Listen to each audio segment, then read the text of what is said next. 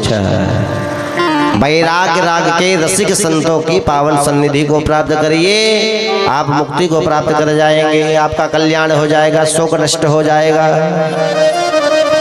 धर्मम भजस्य सततम त्यज लोक धर्मा, बड़ा सुंदर उपदेश किया। और आत्मदेव जी उस उपदेश को पा करके तुरंत मन में भयंकर वैराग्य उत्पन्न हुआ, घर छोड़ करके चले गए और जाकर के भागवत जी के 10वें स्कंद का पाठ करते हुए भगवत धाम के पथिक बने। बोल भक्त वत्सल भगवान की जय हो। इधर धुंधकारी घर में रहा, जुआ इत्यादि खेलता हुआ घर की सारी संपत्ति जब समाप्त कर दिया तो माता जी को पकड़ा। बताओ माता जी धन कहाँ है? धुंधुली ने कहा धन कहाँ है? सब धन तो तू ले जा करके जुए में हार गया, धन कहाँ है? विविध प्रकार से जब धुंधुली को भी प्रताड़ित किया तो रात्रि के समय धुंधुली गई और कुएं में जाकर के कूद करके आत्महत्या कर ली। गोकर्ण जी महाराज ने विचार किया कि पिताजी चले गए वन, माता जी गई कुएं में, अब बारी हमारी है, अब हमारी बारी लगने वाली, इससे बढ़िया भैया अपने राम तो चले। सोई तीर्थाटन का नाम लेकर के गोकर्ण जी महाराज चले गए। गोकर्ण जी चले गए तो धुंधकारी घर में बचा अकेला, बहुत प्रसन्न हुआ। स्वतंत्रता जब दुष्टों को मिल जाती है तो बड़ी प्रसन्न हो जाते हैं। स्वतंत्रता जो है दो धारी तलवार है। स्वतंत्रता मिलने पर व्यक्ति सन्मार्ग पर भी चला जाता है, वैराग्य प्राप्त करके, और कुमार्ग पर भी चला जाता है। अब तो 5-5 गणिकाओं को, वैश्याओं को ला करके अपने घर में रखा। संपत्ति तो थी नहीं, चोरी करता था। एक दिन चोरी करके खूब सारा धन लेकर के आया तो वैश्याओं ने आपस में विचार किया कितना धन लेकर के आया है, हो न हो एक दिन राजा इसको पकड़ लेंगे और दंडित करेंगे तो ये बता देगा कि ले जा करके मैं धन इन्हीं को देता था, तो हमको भी कारागार में जाना पड़ेगा। तो 5 गणिकाओं ने मिलकर के धुंधकारी को खूब मदिरा पान कराई और मदिरा पान करा करके 4 पाई पे लेटाया, लेटा करके गले में रस्सी डाल करके मारने लगी तो प्राण तो निकले नहीं, खूब जोर जोर से चिल्लाए। धुंधकारी जब खूब चिल्लाए तो एक गणिका ने विचार किया खूब चिल्ला रहा है, लोग पड़ोसी सुनेंगे, आ जाएंगे, क्या किया जाए। दौड़ करके गई, चूल्हे में अभी भी अग्नि थी। जब भोजन बन जाता है तो जो लकड़ी जल करके कोयला बचता है, अंगारा, दौड़ करके गई, उन अंगारों को लेकर के आई और धुंधकारी के मुंह में ठूस दिया। तब तंगार समूहास तन्मुखे ही विजिक्षपो, जलते हुए अंगारे को लेकर के आई और उसके मुंह में ठूस दिया। अग्नि ज्वालादि दुखेन व्याकुलो निधनम गता, अग्नि की ज्वाला से व्याकुल होकर के धुंधकारी मृत्यु को प्राप्त हुआ। गणिकाओं ने उसी जगह पे गड्ढा खोद करके उसको जमीन में डाल दिया और डाल करके चली गई। धुंधकारी भयंकर प्रेत बना, भयंकर प्रेत हुआ। एक दिन गोकर्ण महाराज को पता चला कि धुंधकारी भी देह को त्याग चुका है, तो जिस जिस तीर्थ में जाते हैं वहाँ पर माता जी के लिए, पिताजी के लिए पिंडदान करते हैं, तो धुंधकारी के लिए भी पिंडदान करते थे। गया आदि सभी जगह गए तो श्राद्ध करके करते थे। एक दिन घूमते हुए अपने गांव में वापस आए रात्रि के समय, तो सोचा क्या किसी को जगाना, अभी गांव वालों को पता चलेगा कि गोकर्ण जी आए तो पूरे गांव के लोग स्वागत करने के लिए प्रसन्न होकर के दौड़े चले आएंगे, तो रात्रि के समय क्या सबको परेशान करना। सोई अपने ही घर में चले गए, बहुत सारे घास जमे हुए थे, साफ किया, थोड़ा जगह बना करके भगवान का ध्यान करने बैठ गए। अब जैसे ही ध्यान करने बैठे तो देखते क्या है, सामने एक भयंकर भैंसा है। फिर वह भैंसा हाथी बन गया, फिर आग जलने लगी, विविध प्रकार का स्वरूप दिखने लगा। फिर देखे कि एक परछाई है जो रो रही है, बोल नहीं पा रही है। गोकर्ण जी महाराज समझ गए कि कोई प्रेत है जो हमसे कुछ कहना चाहता है लेकिन कह नहीं पा रहा है, शक्ति न होने के कारण। कमंडल का जल लिया, अभिमंत्रित किया गोकर्ण जी महाराज ने, उस प्रेत पर छिड़का तो वह प्रेत बोल पड़ा, अहम भ्राता त्वदीयोऽस्मि धुंधकारी नामतः। भैया मैं आपका भाई धुंधकारी हूँ, अहम भ्राता त्वदीयोऽस्मि धुंधकारी नामतः। गोकर्ण जी ने कहा, भैया धुंधकारी प्रेत बने कैसे डोल रहे हो? धुंधकारी ने कहा, स्वकीयेन वदोषेण ब्रह्मत्वं नाशितं मया। भैया मैं जो प्रेत बना हूं ना, इसमें किसी अन्य का दोष नहीं है।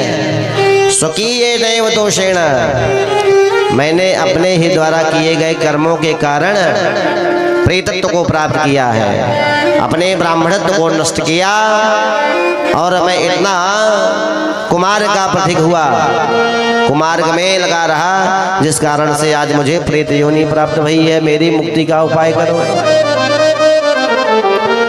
गोकर्ण जी ने कहा, ठीक है अभी तो आप जाओ, सुबह देखेंगे। सो सुबह गोकर्ण जी महाराज स्नान आदि से निवृत्त हुए, सूर्य भगवान को अर्घ्य प्रदान कर रहे थे और अर्घ्य प्रदान करते हुए सूर्य नारायण भगवान से प्रार्थना करे, तोभ्यम नमो जगत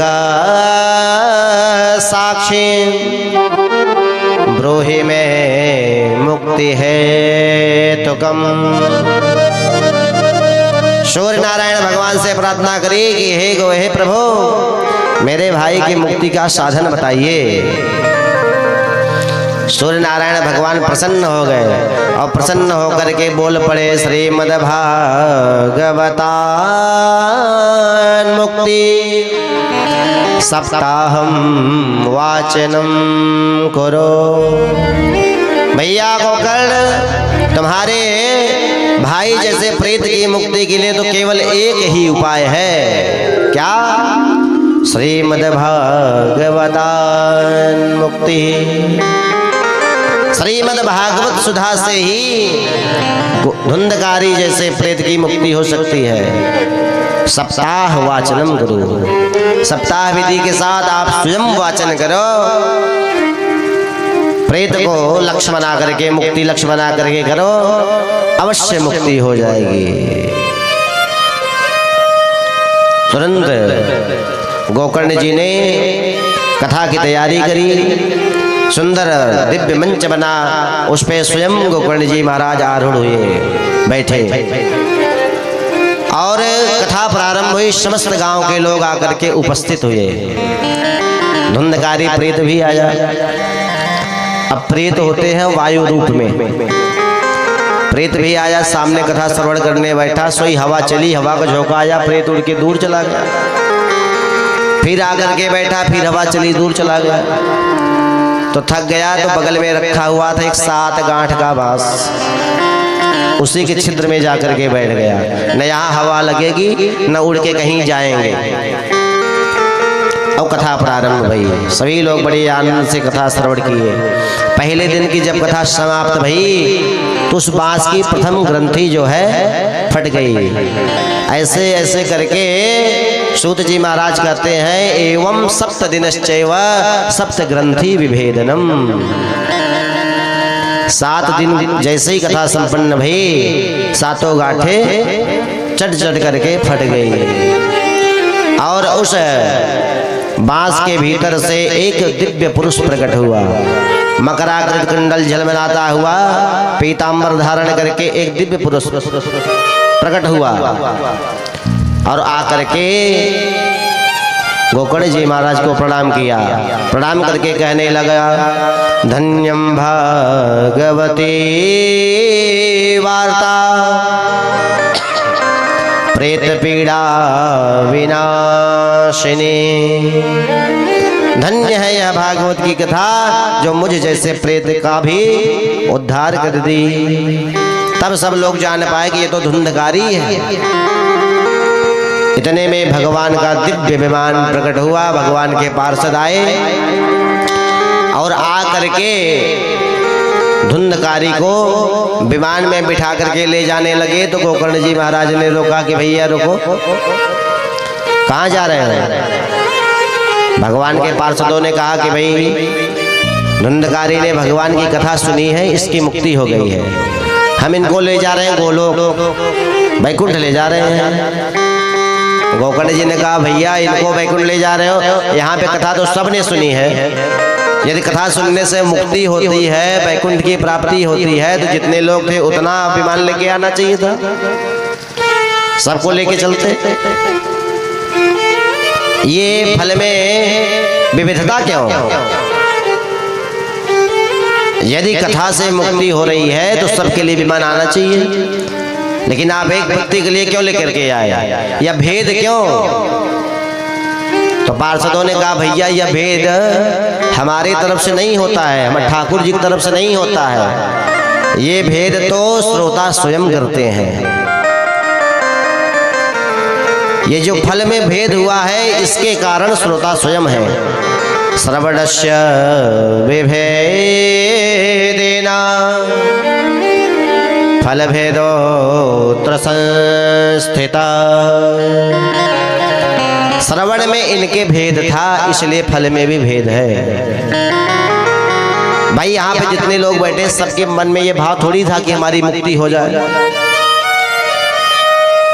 सभी लोग, किसी ने तो ये विचार किया चलो देखते हैं गोकर्ण जी कैसी कथा करते हैं, किसी ने विचार किया चलो खाली बैठे कथा में बैठे जावे, किसी ने कहा कि चल के देखा जाए आयोजन कैसा है, किसी ने विचार किया चल के देखे कौन कौन आया है।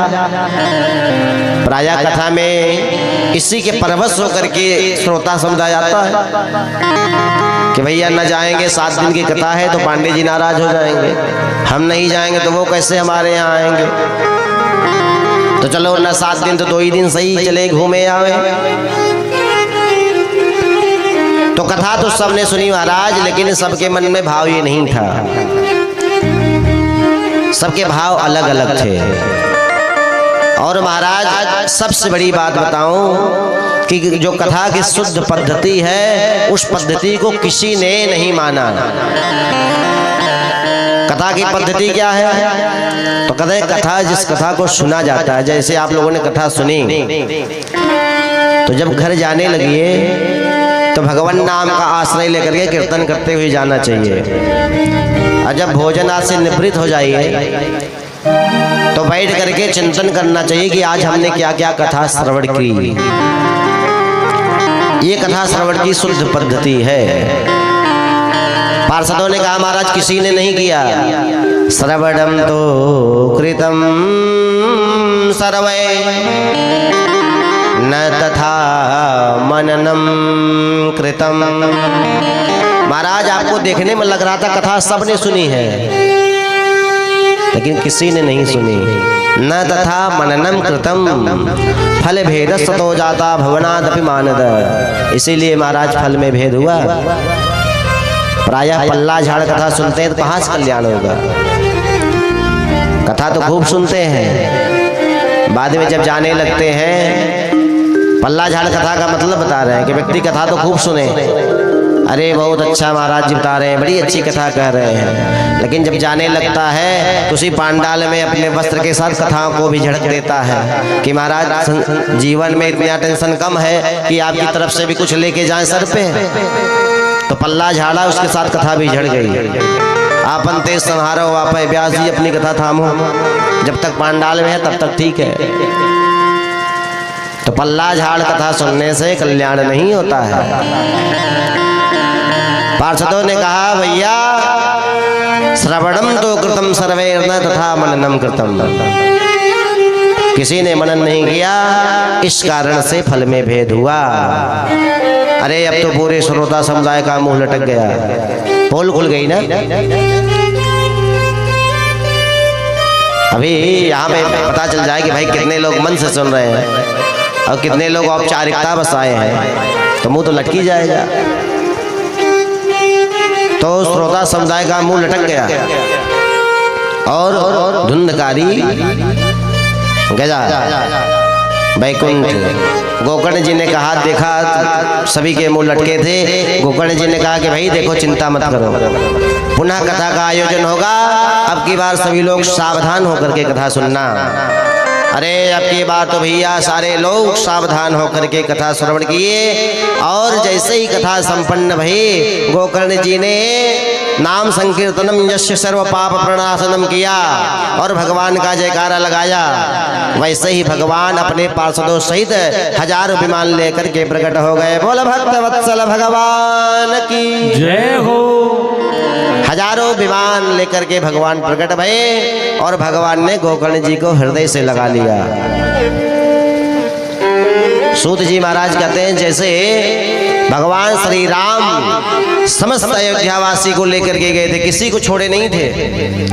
अयोध्या में रहने वाले चींटी तक को लेकर के प्रभु श्री राम सरकार लेकर के चले गए थे वैकुंठ। ऐसे ही आज कथा के मध्य गोकर्ण जी की कथा में भगवान प्रकट भय।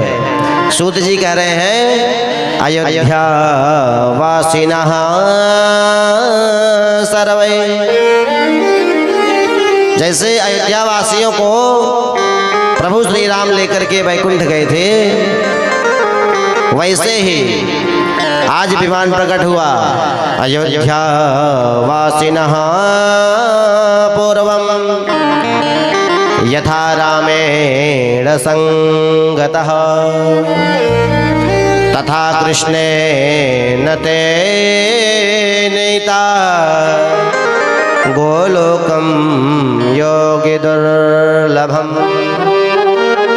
जैसे प्रभु श्री राम समस्त अयोध्या वासियों को लेकर के गए, ऐसे ही गोविंद आज सारे श्रोता समुदाय सहित गोकर्ण जी को लेकर के गए। बोल भक्त वत्सल भगवान की जय हो। सनकादि कहते हैं, भैया नारद जी, जीवन पर्यंत यदि कोई व्यक्ति पाप करे तो भागवत कथा प्रेत योनि में भी जाकर के सुन ले तो मुक्ति हो जाती है। लेकिन सावधान होकर के कथा सुनना चाहिए। कथा में तो व्यक्ति होता है, लेकिन वह कथा में होकर के कथा में नहीं हो पाता है, इसीलिए फल में कमी आ जाती है। यदि सावधान होकर के कथा में रह करके कथा को सुना जाए तो कथा हमारे जीवन में अवश्य बड़ा परिवर्तन ला सकती है। नारद जी ने कहा, महाराज अब एक काम और कर दीजिए, इस कथा की विधि और बता दीजिए, कैसे करी जाती है, कैसे करना चाहिए, क्या करना चाहिए, खर्च क्या आता है। प्रायः सब यही कथा करने से पहले फोन लगाते हैं तो पूछते हैं, महाराज कथा तो कराना चाहते हैं, खर्च क्या आता है। तो सबसे पहले सनकादि भैया यही बता रहे हैं कि भैया नोट कर लो, भागवत का खर्च क्या है। कह रहे हैं, विवाहे यादृशं वित्तम तादृशं परिकल्पये। सनकादि कह रहे हैं, भैया विवाहे यादृशं वित्तम तादृशं परिकल्पये। जैसे हम अपने बेटा बिटिया के विवाह में धन व्यय करते हैं, उसी उत्सव के साथ, उसी प्रकार उत्सव के साथ भागवत का आयोजन करना चाहिए। भगवान ने जो सामर्थ्य दी है उसी के अनुसार भागवत जी का आयोजन करना चाहिए। ऐसा नहीं है कि खेत बेच करके करना चाहिए, लेकिन ऐसा भी नहीं है कि भगवान ने सामर्थ्य दिया है तो उसमें कृपणता करें। जैसे बच्चे की शादी होती है तो व्यक्ति न भी इच्छा हो तो डीजे कर लेता है, ये कर लेता, और जब लास्ट में कुछ और करने की बारी आई, किसी ने सलाह दिया भैया नृत्य की व्यवस्था और करा लेते। हाँ, बजट तो अलाउ नहीं कर रहा है तो एक कहावत कह देता है, जैसे एक गधा के ऊपर 4 मन वैसे 1 मन और, हाँ कर लो वो भी। तो जैसे खुले भाव के साथ विवाह में हम रहते हैं, वहां पे गणना नहीं करते हैं कितना खर्च हुआ, कोई बता भी नहीं सकता कि बेटे के विवाह में कितना हमने खर्च किया था। ऐसे जबरदस्ती भले बता दे 8 लाख किया था, लेकिन गणना नहीं कर पाता, आनंद में होता है ना, तो उस समय बजट पर, जेब पर ध्यान नहीं जाता है, चलने तो जो चल रहा है। उसी प्रकार से आनंद के साथ। लेकिन हम उल्टा करते हैं, यज्ञ याग आदि करते हैं तो सबसे पहला ध्यान जेब ही पे रहता है कि नहीं नहीं बजट से बाहर जा रहा है, ये काम मत करो। भगवान ने जो बजट, जो व्यवस्था दे रखी है उसी के अनुसार कथा करनी चाहिए। कुछ लोग कहते हैं महाराज कथा तो करने की बड़ी इच्छा है, लेकिन भगवान यदि दे तो हम भी एक बार बड़े भव्य आयोजन की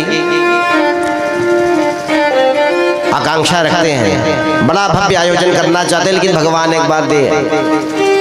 अरे भाई, भगवान कथा के लिए, यज्ञ के लिए एक बजट पेश करेंगे, वहां से आपको एक बजट आएगा कि ये बजट कथा के लिए है, बाकी अभी तक जो आ रहा है वो बजट जीवन चलाने के लिए है।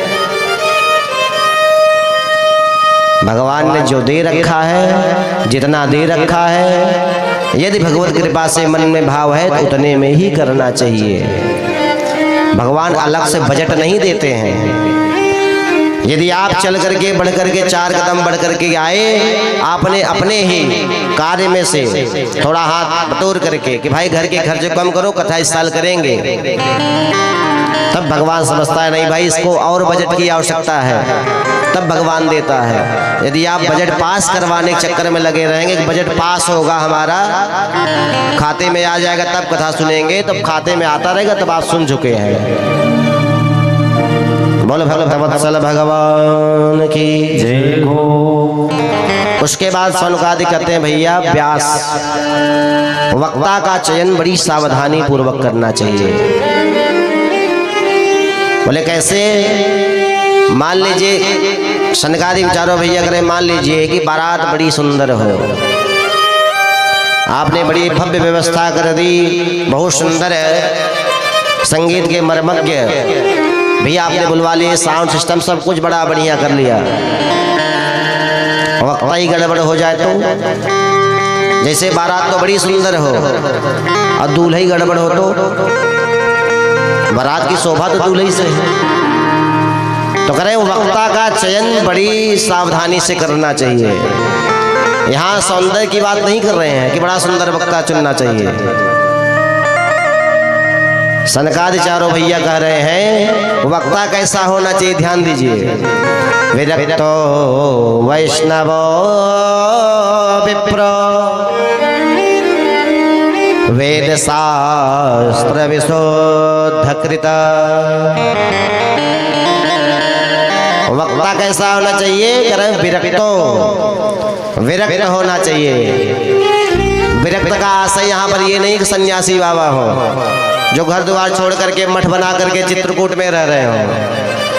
विरक्तों का मतलब जिसकी वासनाएं संसार से नहीं, जो संसार में अनुरक्त न हो, जिसकी अनुरक्ति आसक्ति भगवान में हो, बहुत सांसारिक आडंबरों में जो न फंसा हुआ हो, भगवान के प्रति जिसका अनुराग हो, संसार से विरक्ति हो और गोविंद से अनुरक्ति हो, ऐसे विरक्त वक्ता का चयन करना चाहिए। यदि संसार का प्रेमी वक्ता आपने बुला लिया, व्यासपीठ पे बैठा दिया, तो पूरे 7 दिन संसार की ही चर्चा करेगा। गुरु ने भी ले जा करके चढ़ा दो, आपका ये काम हो जाएगा। बेटा नहीं पढ़ रहा है, ये कर दो, बेटा पढ़ने लगेगा। ये काम नहीं बन रहा है, वो कर दो, वो होने लगेगा। तो भागवत की कथा श्रवण करने आए श्रोता सब उपाय ले लेकर के जा रहे हैं। संसारिक वक्ता होगा तो संसार की चर्चा करेगा, और भागवत की कथा संसार की चर्चा नहीं अपितु गोविंद की चर्चा है। भागवत का अर्थ है भगवता प्रोक्तम भागवतम, जो भगवान से, भगवान के मुख से निःसृत ग्रंथ है वह भागवत है। संत जन कहते हैं भागवत का एक अर्थ और होता है। भागवत माने भगवान के भक्त, भगवान के भक्तों की कथा जो है वह भागवत है। तो यहाँ भगवान की चर्चा, भगवान के भक्तों की चर्चा करी गई है, न कि संसार की चर्चा। इसलिए विरक्त संत को बुलाना चाहिए और वैष्णव होना चाहिए जो भगवान नारायण का उपासक हो।